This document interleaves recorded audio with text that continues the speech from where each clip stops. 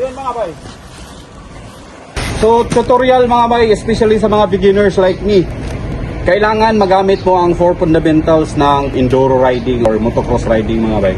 Ano yun? Yung mastery of balance, body positioning, throttle at saka brake control mo mga bay. At saka of course mga bay, yung fear factor or yung fear threshold mo mga bay. Dapat mataas yun. Especially dito mga bay. Nakakabato eh. No? Kung may daga ka, talagang lulundag-lundag ang daga mo. Tapos, pag approach mo dito mga bay, yan. First, tatargetin na ng mata mo yan. Pag nakuha mo na yan, diretso ka sa taas.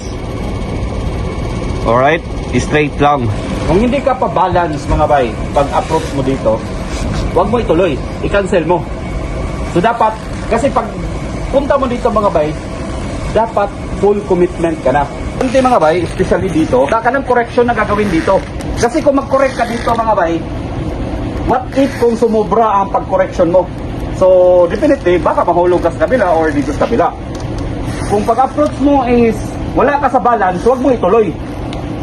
Kasi, diretso, hulog ka talaga dito. Ang dami nang nadisgrasya dyan mga bay, kahit medyo high skills na.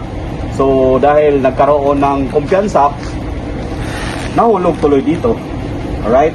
So, balance, importante. Pag nakuha mo na ang balance, approach dito, no more correction.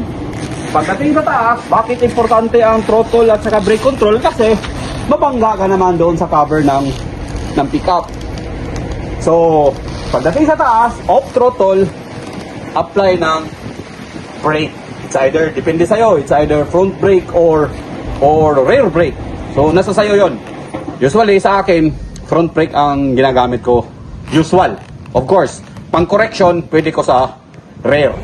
So very important mga ba, yung 4 fundamentals dapat i-apply mo dito.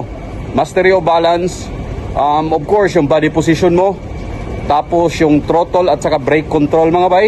Kasi kailangan mo pag approach mo dito, lagyan mo ng throttle yan. Pagdating sa taas, dapat naka-brake ka na din ng tama or else mabangga mo yung likod ng pickup. At saka bottom line mga bay is yung fair threshold mga bay. Dapat mataas ang fair threshold mo. Kasi full commitment na yan. So, kumbaga mga bay, hulog kung hulog ang dating. But of course, kung mataas-taas ang threshold mo mga bay, walang problema yan. Kayang-kaya yan. Alright?